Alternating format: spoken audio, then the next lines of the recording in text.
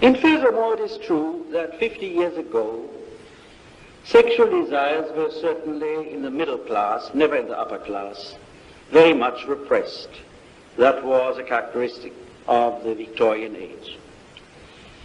But I think there is a rather widespread agreement that today sexual desires and fantasies are not so repressed anymore.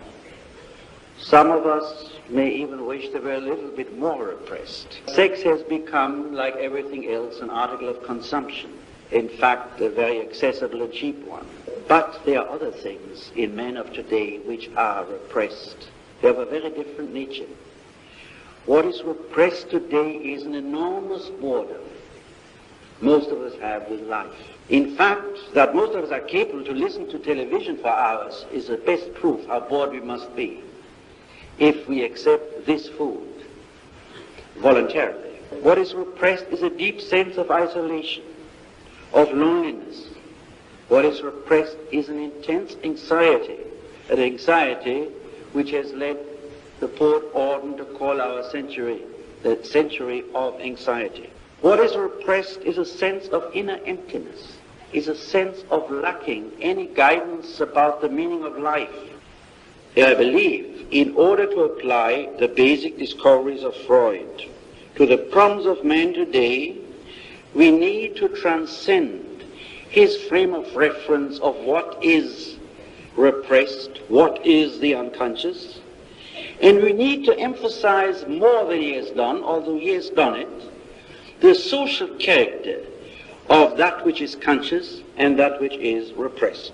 To be a little bit more specific about what I mean here with the social character, I should like to say that all these phenomena, the boredom, the isolation, the anxiety, the powerlessness, are produced by our way of life. They are results of the industrial society as it is constituted.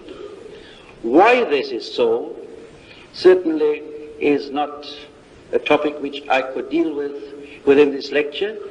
It is also a topic to which certainly I don't have the answers, but it is a topic which should be studied by many psychologists, perhaps often in cooperation with sociologists, to understand why this society in which we live produces these emotional experiences. It is easier to say why they have to be repressed.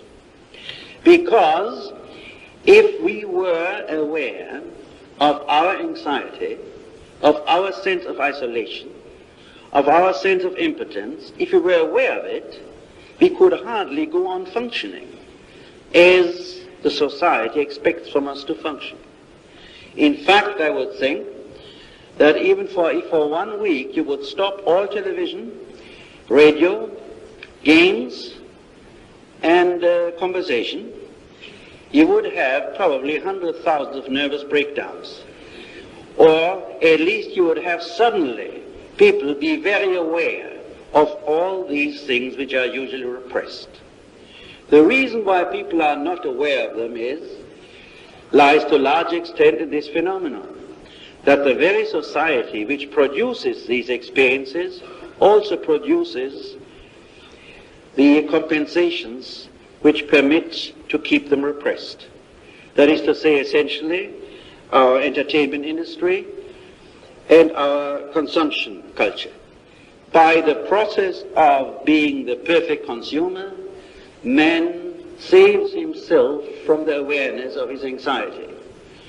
To the clinician, this is by no means something surprising, because we know that many people who have an intense anxiety without being aware of it overeat or develop a habit of compulsive buying.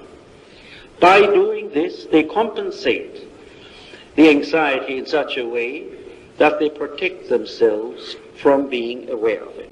Now you may ask, would it be advisable that these unconscious experiences should become conscious?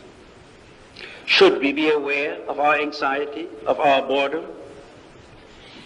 Well, the answer to this question depends where you stand.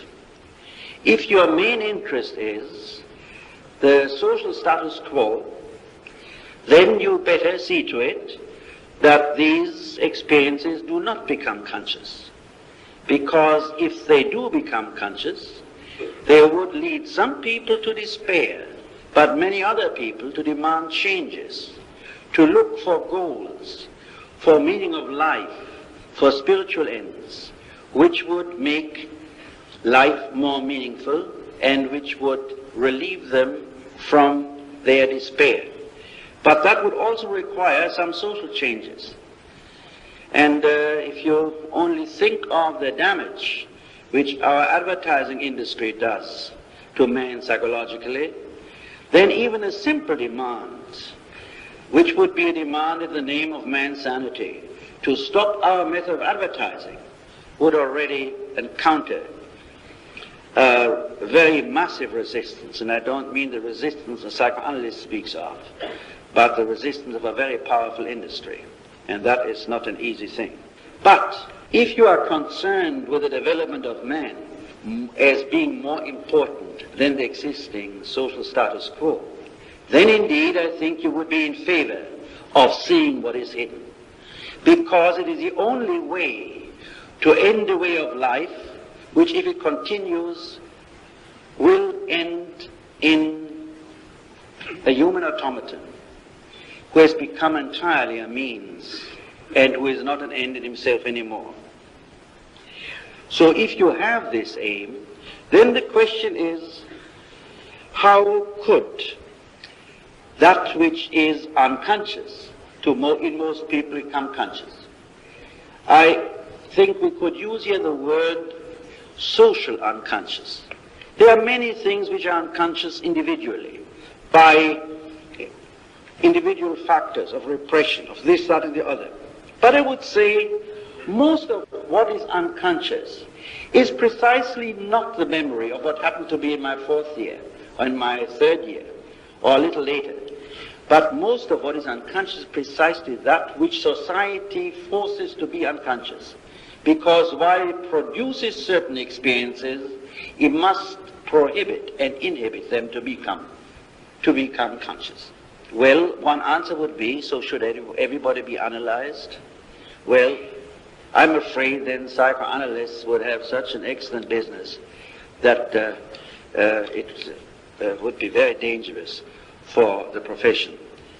It has already been a little bit too dangerous that psychoanalysis became so fashionable in the last 20 years. And besides that, it would require a material wealth which is far from what we can visualize. But I don't think it would be necessary either. I think in the first place, getting in touch with the realities inside of myself and outside of myself. That is to say, to see, to be in communication with what I sense without being aware of it, requires first of all a social atmosphere which is free from fear. Free from fear of any kind, free from any threat, but more than that, in which dissent is not discouraged, is encouraged, is furthered. And that is not so much a matter of the law, but this is a matter of the social atmosphere, of the subtlety of practices which go on. To what extent a man dares to say, or even dares to think, what is inconvenient in a given situation. I think that the awareness of the social unconscious depends first of all in a great deal more freedom for dissent in a subtle and often indirect way than even a country like the United States has now. It involves a second thing, and that is a critical attitude towards society and its ideologies. If I am not critical towards social ideologies, if I am naive in believing that what the majority says is true, and what the majorities of the opponent, whoever he is at the moment, says is false, then of course I'm caught completely in the thought schemata of my own group. then I think what everybody else thinks and cannot be aware of anything, which is in contrast to the pattern of thought which is universally accepted, or at least accepted by the majority. To be in touch with one's own inner reality requires to be of a critical mind, critical of oneself and critical of the facts which one sees.